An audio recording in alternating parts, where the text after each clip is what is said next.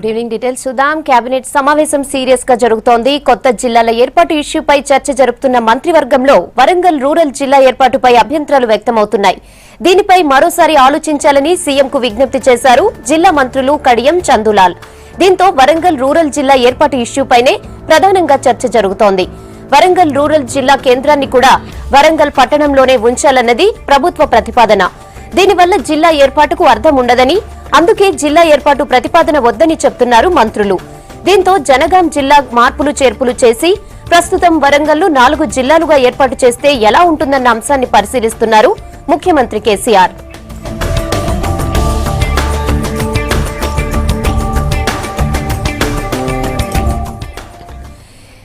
ఇక కేబినెట్ భేటీకి సంబంధించి మరిన్ని డీటెయిల్స్ శ్రీనివాస్ అడిగి తెలుసుకుందాం. శ్రీనివాస్, కేబినెట్ మీట్ లో ఏ అంశాలు మాట్లాడుతున్నారు, డీటెయిల్స్ ఏంటి? రెహనా కొత్త జిల్లాల విషయంలో కేబినెట్ సమావేశంలో వరంగల్ రూరల్ వివాదం అవుతున్నట్లుగా అనిపిస్తుంది. ఎందుకంటే పొద్దున కూడా 11-12 గంటల ప్రాంతంలో వరంగల్ సంబంధించినటువంటి కొంతమంది నేతలు, డిప్యూటీ సీఎం కడియం శ్రీహరితో పాటు మరి కొంతమంది నేతలు ముఖ్యమంత్రి కేసీఆర్ ని క్యాంప్ ఆఫీస్ లో కలిశారు. వరంగల్ రూరల్ జిల్లాను వద్దు అని చెప్పి వాళ్ళు చెప్పారు. అక్కడ స్థానికంగా ఉన్నటువంటి ప్రజలు కూడా కోరడం లేదు.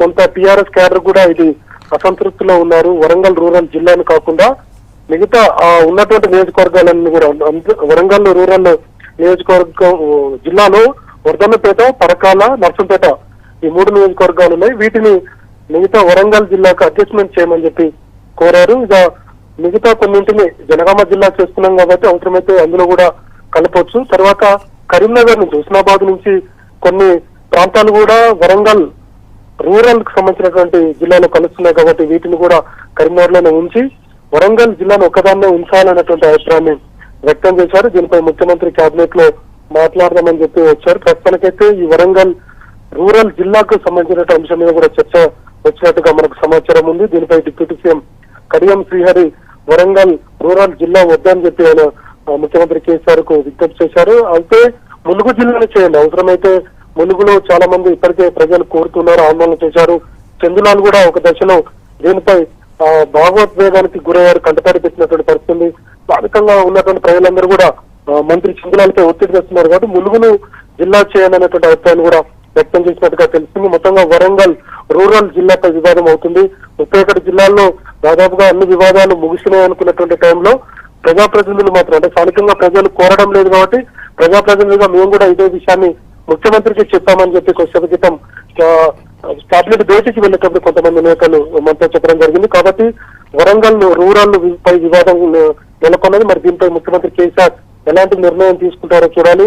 ఒకవైపు ములుగును జిల్లా చేయాలని చెప్పి మంత్రి చందులాల్ డిమాండ్ చేస్తుండగా మరోవైపు డిప్యూటీ సీఎం కడియం శ్రీహరి మాత్రం ఇక్కడ వరంగల్ రూరల్ జిల్లా వద్దన్నటువంటి అభిప్రాయం వ్యక్తం అవుతుంది. ఇంకొక వైపు పరకాలని టౌన్ లో కలిపి, అంటే వరంగల్ పట్టణంలో జిల్లాలో కలిపి దాన్ని డివిజన్ చేయాలని చెప్పి స్థానికంగా అక్కడ ఉన్నటువంటి ఎమ్మెల్యే, పరకాల ఎమ్మెల్యే ముఖ్యమంత్రి కేసీఆర్ ని కోరారు కొద్దిసేపు క్రితం క్యాంప్ ఆఫీస్ లో. దీనికంటే కేబినెట్ భేటీకి ముందు వారందరూ కూడా ముఖ్యమంత్రితో మీటింగ్ అయి వీటినన్నిటి మీద చర్చించారు. మా కేబినెట్ లో చూద్దాము, చర్చిస్తామని చెప్పి ముఖ్యమంత్రి వారికి చెప్పినట్టుగా తెలిసింది. మొత్తంగా వరంగల్ రూరల్ జిల్లాపై ఏదో ఒక నిర్ణయం ఉంటుందన్నటువంటి అభిప్రాయం చాలా మందిలో వ్యక్తం అవుతుంది.